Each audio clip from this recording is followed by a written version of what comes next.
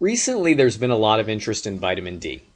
Vitamin D has been known for years to increase calcium absorption, which supports strong bones and decreases your risk of osteoporosis.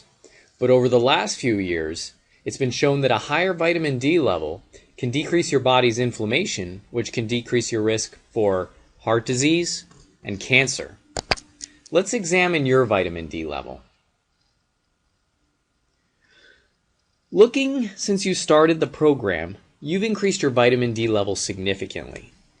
You started in the low 30s, then on your second screen we're in the 40s, then in the high 50s, and now you've reached the level of 60.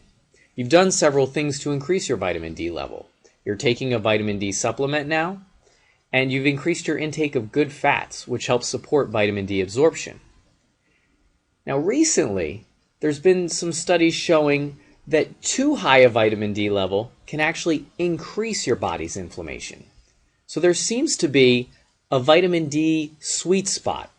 Now this is different for every person, but it's the level which lowers the body's inflammation the most, and therefore does the most to decrease your risk of heart disease, cancer, stroke, etc.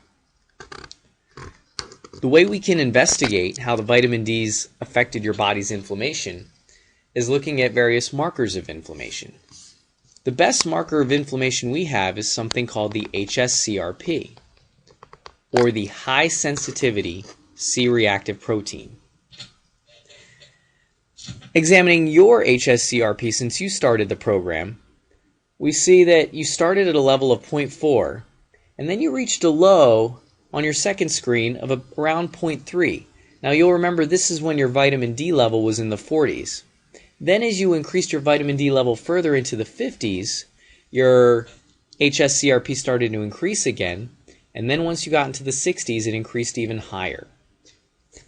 Looking at this, it seems like your vitamin D level sweet spot was when it was in the 40s on your second screen. So that should be your target level for vitamin D.